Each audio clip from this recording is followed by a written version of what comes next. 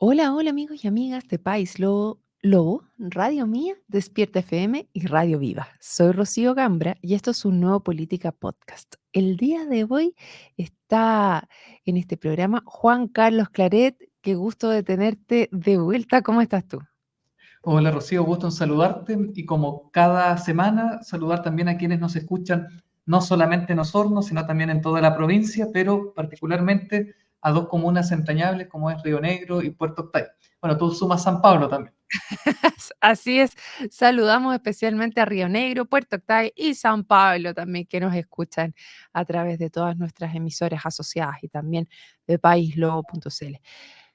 Juan Carlos, me dijiste que me ibas a sorprender al aire, que íbamos a hablar algo del buen vivir, pero no tengo ninguna claridad para dónde vas, así que por favor, cuéntanos de qué vamos a hablar el día de hoy. En efecto, mira, lo que yo les quiero compartir a través de estos micrófonos es la historia de Tachio Takata. Es un japonés. ¿Ya? ¿Y por qué? Porque a partir de esta historia yo creo que podemos tener un anticipo de lo que un país que está en constante proceso de envejecimiento acelerado, y ¿Ya? ya el censo nos dirá en qué medida, pero es claro, digamos, que el país está envejeciendo, están muriendo más personas de las que nacen. Y también porque constantemente hablamos del derecho penal en los medios de comunicación, que la población carcelaria, que de hecho el ministro de Justicia ha estado en tela de juicio últimamente también respecto a qué hacer con las cárceles. Y en eso yo creo que es importante poner la pelota en la cancha y preguntarse qué es lo que está ocurriendo en otros países. Y es así donde encontré una historia cuyo caso es paradigmático y yo creo que puede ser un anticipo de qué es lo que como país podríamos estar enfrentando en poco tiempo, y también es un llamado de atención respecto a la sociedad que estamos construyendo. Y por eso quiero compartir con ustedes la historia de Tachio Takata. Esta persona es japonesa, y tiene hace algunos años atrás cumplió los 60 años, ya podríamos decir que es adulto mayor. ¿Y qué es lo que ocurre? Teniendo una vida muy honorable, una vida intachable, a los 62 años Rocío cometió su primer delito. ¿Ya? Robó un sushi. Entonces Un uno podría sushi. ver un sushi, sí, robó un sushi. Entonces, robó el sushi, lo sancionaron, lo reprendieron y lo mandaron para la casa. Entonces, Para la casa. Tachio, para la casa, a la Ya, casa, así como, oiga, vaya y no delinca más. Sin ya, embargo, después esta persona reincidió. Ya no solamente robó un sushi, sino que además después hurtó una bicicleta. Entonces ya. le dijeron, mire, ya lo perdonamos una vez, así que ahora para la cárcel. Allá en Japón, el hurto, aunque sea pequeño, aunque sea por un lápiz, tiene pena de cárcel. Entonces ya habían hecho la vista gorda con el primer caso, con el segundo caso, se fue a prisión. Estuvo un año en prisión, producto de este hurto, Un año y por robarse una bicicleta. por robarse una bicicleta, Ya. sumándole también el sushi que se le Ah, había ya, porque era perdonado, digamos. reincidente. Era reincidente. Pero me Ya, vas a creer que después de un año en prisión, Tachio salió a la calle nuevamente y cometió otro delito, esta vez de mayor envergadura.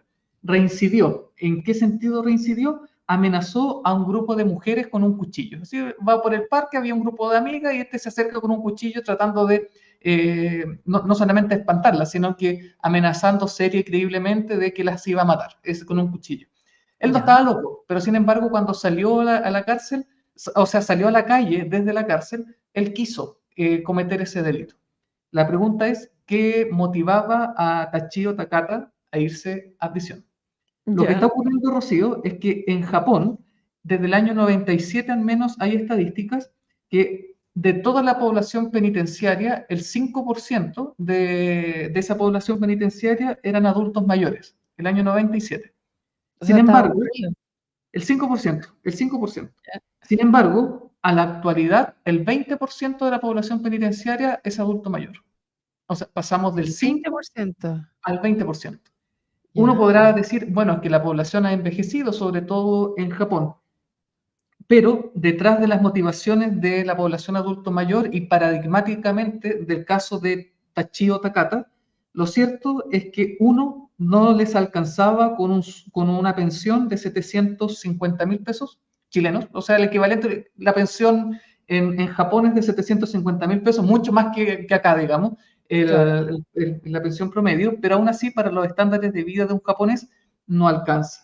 Por otra parte, los centros de acogida, los asilos, tienen listas de espera, porque es tanta la población adulto mayor que la oferta no alcanza, por lo tanto hay que tener mucho, y además es muy caro, entonces hay que tener muchos recursos y muchos pitutos para poder ingresar a un centro, digamos, de adultos mayores. Y al mismo tiempo, en Japón, bueno, está pasando lo mismo que acá en Chile, respecto a que los hijos y nietos por distintas razones ya no viven, digamos, como una familia nuclear, sino que uno busca una casa que sea distinta a la de los padres.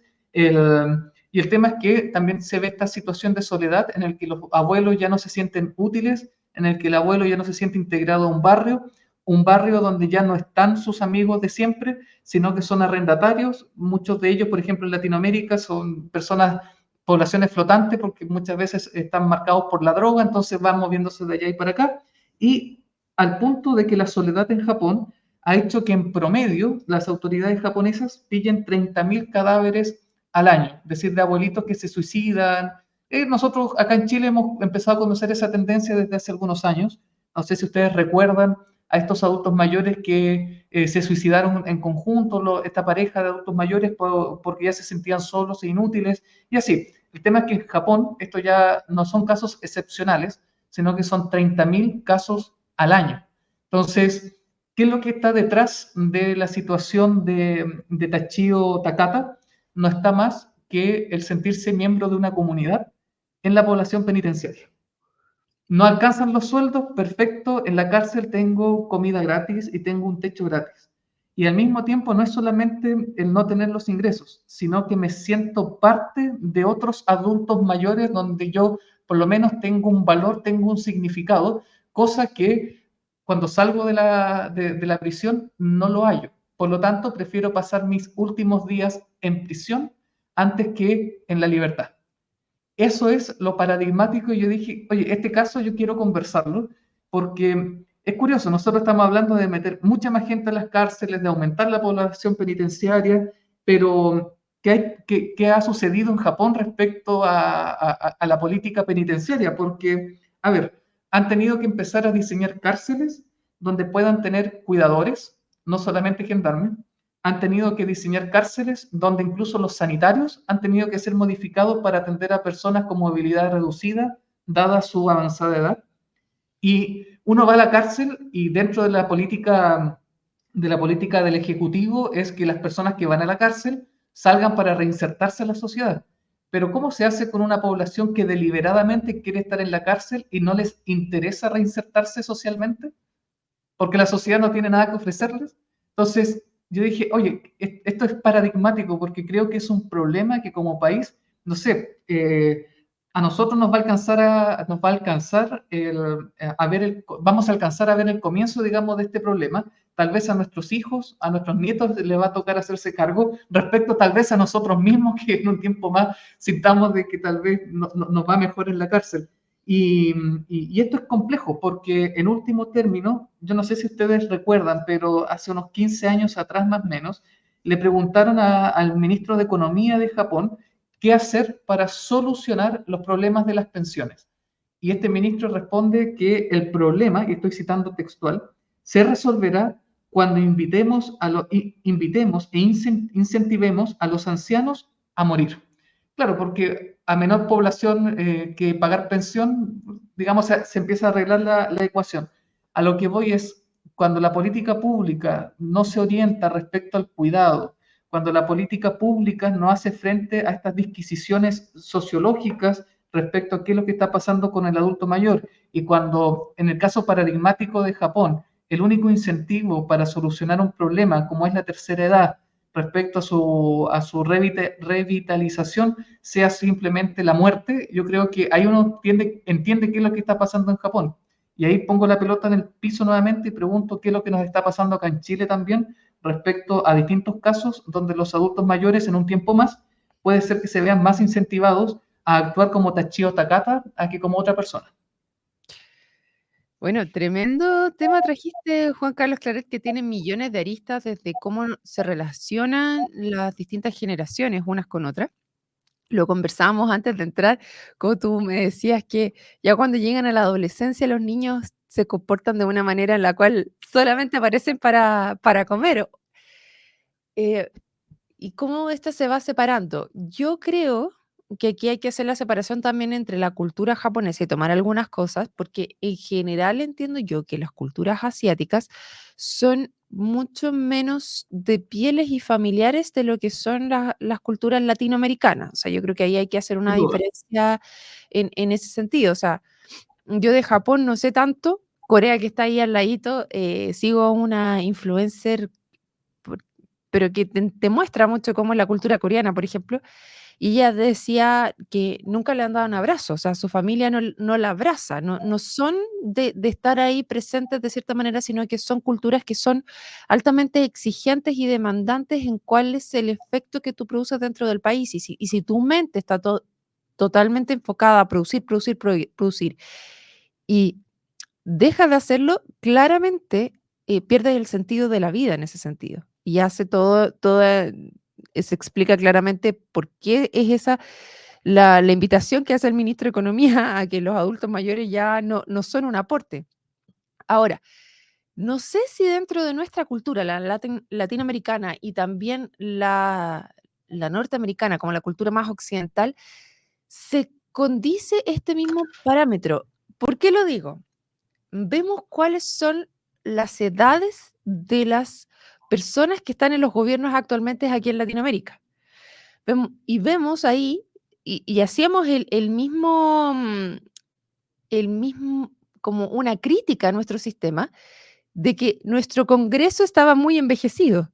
Y vemos también quiénes son las personas que están postulando. O sea, los liderazgos a nivel político dentro de nuestro país son muy mayores en general. O sea, como que las personas entre los 50, 60, 70 años están como en la plenitud de sus cargos políticos públicos. Y por otro lado, vemos lo que pasa en Estados Unidos también, donde tenemos dos presidentes que tú decías 60 años se considera adulto mayor, que queda para Biden y Biden, o sea, o sea, para Para Trump Biden y Trump. y claro, o sea, ahí estamos hablando de octogenarios que están gobernando una de las principales potencias del país, entonces, o sea, del mundo. Entonces, ¿es tan así? No lo sé. Sin lugar a duda, aquí hay un caso especial. Yo no creo que en Chile vaya a pasar que un adulto mayor prefiera estar en la cárcel, porque las cárceles en Chile probablemente son totalmente distintas a las como son en Japón, que tienen o sea, que se están preocupando de tener cuidadores. Probablemente sí tomo un punto de decir, cuando encareces mucho un sistema, porque tratas de hacerlo demasiado perfecto, pero hay muchas personas que no pueden acceder a él. ¿Cómo estamos hablando de los asilos de ancianos? Entonces, más allá de hacer cárceles de esa manera, entonces haz asilos de ancianos que sean menos costosos para que efectivamente esas personas puedan pertenecer y estar cuidadas y resguardadas sin tener que cometer un delito para poder estar en ese lugar resguardado. Entonces, también cuando tienes altos estándares, queda gente fuera del sistema porque no puede pagar esos estándares. Entonces, de alguna manera lo tienes que hacerte cargo de eso. Y por otro lado, sí, el tema de la soledad, y sobre todo en una ciudad, si lo llevamos aquí localmente a Osorno, tienes un problema de soledad muy alto y también de envejecimiento de la población, y cómo las autoridades se están haciendo cargo de ese tema, también yo creo que estamos al debe todavía de lo que eso implica, y vale la pena dar una vuelta y conversarlo. En efecto, yo creo, Rocío, hoy pasan varias cosas respecto al envejecimiento en la política. No deja de ser interesante la discusión. ¿Por qué? Porque nosotros yo sé que no es bien visto hacer diagnósticos psiquiátricos para explicar la política, pero es bastante bipolar el hecho Sí. de que o se es muy viejo para ser presidente o se es muy, es decir, una expresión muy coloquial, pero o se es muy joven para ser presidente. Entonces, a lo que voy es, bueno, ¿cuál es el momento? Creo que eso todavía no está claro. Pero también hay un tema bien interesante respecto a este periodo que vivimos donde los jóvenes vamos a hacer el cambio, los jóvenes Mm, venimos a renovar a la política. Y yo pensaba, decía, ¿es la edad un criterio suficiente o son etapas de la vida? Porque, por ejemplo, como papá, a mí me interesa la política, no he sido candidato más allá de ser constituyente porque hice público de que a mí me interesaba o me convocaba el desafío de ser constituyente por lo que tenían que hacer esto de ser gobierno oposición. Yo no funciono mucho en esa lógica, pero decía, mira, qué distinto se ve el mundo como, siendo papá a siendo soltero. Porque Sí, cuando uno está soltero, tomas decisiones por ti mismo. Pero cuando ya tienes personas que dependen de las decisiones que tú tomas o de las decisiones que tú tomas, trae consecuencias positivas o negativas para otras personas que te importan y que están a tu alrededor, el mundo se ve distinto. Yo fui mm, papá joven, digamos, y claro, eso para mí fue de golpe, digamos, pero en otros casos igual digo, bueno, ¿cuál es la etapa o el momento vital? No sé si eso se circunscribe a una edad precisa para madurar de esa forma, pero sin duda que en cuanto al ejercicio de la política, hay un tema del cuidado o del buen vivir que debería ser considerado, porque ya no es lo mismo un político que toma decisiones sabiendo que sus decisiones tienen consecuencias incluso respecto a gente que está a su cuidado, a uno que no. Y por otra parte, también es cierto de que también deberíamos evitar estos políticos que se dedican 24/7 a la política y no tienen espacios de descanso, no tienen espacios para encuentros familiares. Siempre me ha llamado la atención desde cuando era presidente, el primer gobierno del presidente Piñera, cuando decía yo soy 24/7, este era el gobierno del 24/7. Yo decía, bueno, y un político que aspira a ser 24/7 político, ¿en qué momento se preocupa de su familia? Para que no haga política a costa de sacrificar a su familia. Eso también yo creo que es parte de un ejercicio democrático que no tenemos resuelto como país todavía. Así que eso por una parte. Y por último, también, aparte, a propósito de lo que decías, Rocío, no tenemos políticas públicas que estén incentivados, o sea, o que incentiven a que las familias jóvenes nos mantengamos con nuestros viejos. Yo creo que, y no digo viejos solamente por nuestros padres, sino también por abuelos u otras personas. Recuerdo cuando fui candidato constituyente, conversábamos eso dentro del grupo de independientes no neutrales, cuando decíamos, bueno, se podrá pensar como política pública, no materia constitucional, sino como política pública, beneficios fiscales, subsidios, descuentos, etcétera, o beneficios para construir a aquellas familias que sí tengan a su cargo, digamos, un adulto mayor, porque yo sé que las pensiones no alcanzan, pero también veo que por cada adulto mayor que reclama que sus pensiones no alcanzan, también veo, no en todos los casos, pero sí en buena cantidad, a adultos mayores cuyos hijos tampoco se preocupan de ellos. Entonces, esa realidad también me preocupa. Y a propósito de lo que pasó con Tachio Takata, dije, oye, creo que esto no lo hemos conversado así tan a cabalidad como mm. ahora. Por eso quería traer esto más allá de la discusión jurídica, saber también cuáles son los valores que deberían incentivar no solamente a la norma, sino que hacer político. Sí, bueno, es muy interesante, me hago cargo de ambas cosas. Por un lado, lo que hablabas de la bipolaridad que existe dentro del país. Mira, lo conversamos con Nancy Carola Márquez en el programa del día martes, justamente sobre esto, dónde están puestos los incentivos para tener distintas figuras políticas actualmente. O sea, se, se dice y se busca el diálogo, pero se premia a aquel que es más beligerante y que está más en los extremos, dado el voto voluntario que teníamos. Ahora pasamos voto obligatorio distinto y vamos a ver si eso realmente cambia o no cambia los patrones de elección popular que tenemos hoy en día. Y dentro de eso también es qué tipo de políticos tenemos. O sea, yo también en algún minuto pensé en ir a algún grado de elección, pero resulta que mi familia no, ¿cachai? O sea, no, no puedo, no, me costaba el matrimonio, ¿cachai? Entonces, porque justamente la política tiene ese concepto del 24/7, de que tienes que estar siempre disponible, de que estás todo el rato. Conversábamos con la Nancy que dicen, los políticos se vienen a llenar los bolsillos, pero resulta, ella me contaba, y yo así lo he visto también con las personas que han ido a candidaturas que terminan más pobres, mucho más pobres de lo que partieron, y a aquellos que entraron a la política se les cierran muchas puertas después desde el sistema privado también. Entonces es como, ok, aquel que tiene algún componente, algún grado de que quiera trabajar en lo público, finalmente quienes terminan quedando, porque si tú tratas de ir en alguna carrera política, lo público, lo privado se te cierra muchas puertas y además como que son, al parecer, incompatibles. Entonces, tú tienes que escoger dentro de tu mundo si es que quieres una vida más familiar, si es que qué quieres, porque se te exige demasiado y en lo político. Y en eso político, quienes están quedando para poder ser electos son aquellas personas entonces que están dispuestas a estar 24/7.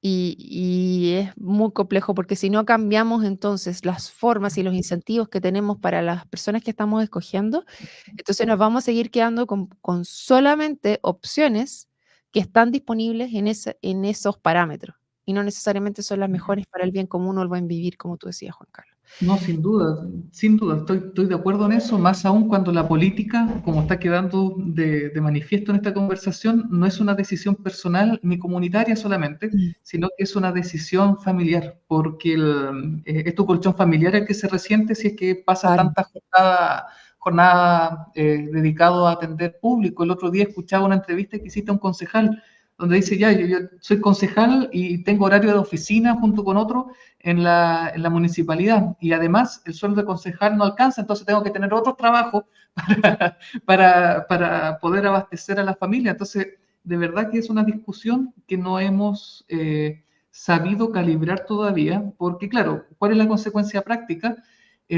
Por ejemplo, no sé, en esta demanda que hacía este concejal, el demócrata cristiano, uno podría decir, bueno, uno podría pensar en aumentar entonces el salario de los concejales, pero ¿estamos disponibles a pagar un poco más por el trabajo que hacen los concejales?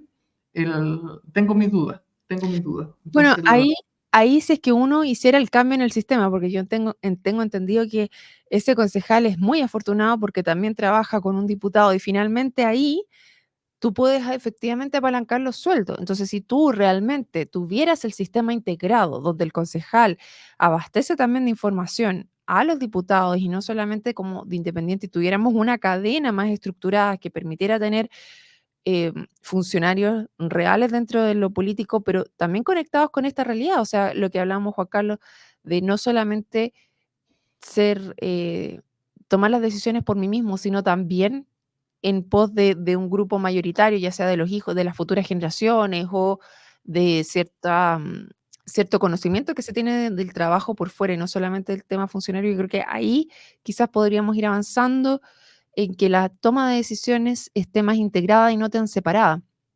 Teníamos la conversación con otra candidata que va ahora con la Cecilia Uvilla, sobre cómo antiguamente en Osorno existía mucha conexión entre lo privado y lo público.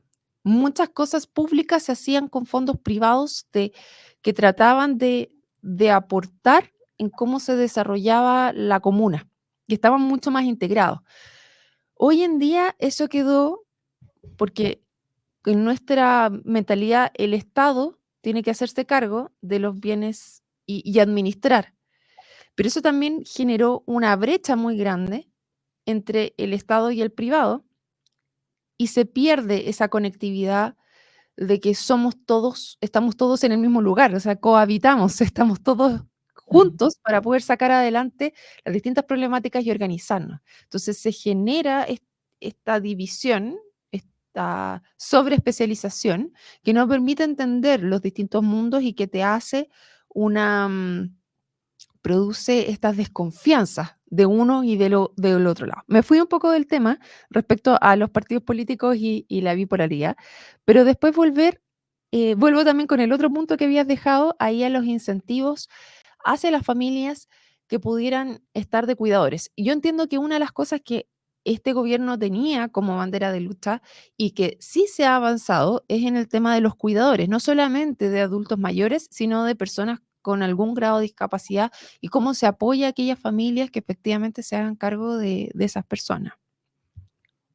en efecto, bueno, ahí tenemos un desafío importante. Mira, más allá de catalogarlo en un grupo etario o en un grupo con discapacidad, lo que yo quisiera como cierre, digamos, después de esta conversación, con qué idea poder quedarnos en que la política precisa de espacios de vulnerabilidad. Es eso. Mm. Yo creo que la política no puede ser ejercida por personas invulnerables que son verdaderos Superman, que se la pueden en todo momento. Eso no es así. La política, para que sea sana y no sea patológica, necesita resaltar la vulnerabilidad. Con eso yo me quedo de esta conversación. Mira, interesante el punto de resaltar ese grado de vulnerabilidad. Es difícil mostrar esas vulnerabilidades para poder estar dentro de la sociedad, porque sobre todo en la política, y aquí en Chile tenemos eso, que tienes que tener cuero de chancho para poder entrar. Y si tienes cuero de chancho, ¿cómo vas a hacer, cómo vas a mostrar esas vulnerabilidades? Porque se persiguen como debilidades, que no necesariamente es lo mismo, un grado de vulnerabilidad y de debilidad. Pero aún así, tenemos que pensar en qué tipo de sociedad, y ahora está muy dada por la elección que vamos a tener en octubre, cómo estamos eligiendo a las personas que nos van a representar y que van a ser las que toman las decisiones finalmente, porque está tan especializado este tema del Estado, de que tiene que hacerse cargo de todo. Entonces es muy importante quiénes son las personas que nos van a estar representando. Bueno, Juan Carlos, muchas gracias por traernos este tema el día de hoy. Les recuerdo, Juan Carlos Claret conversó con nosotros, y a todos los que se sumaron también les agradezco y los dejo totalmente invitados para un nuevo Política Podcast. Nos vemos. Chao, chao. Chao, chao.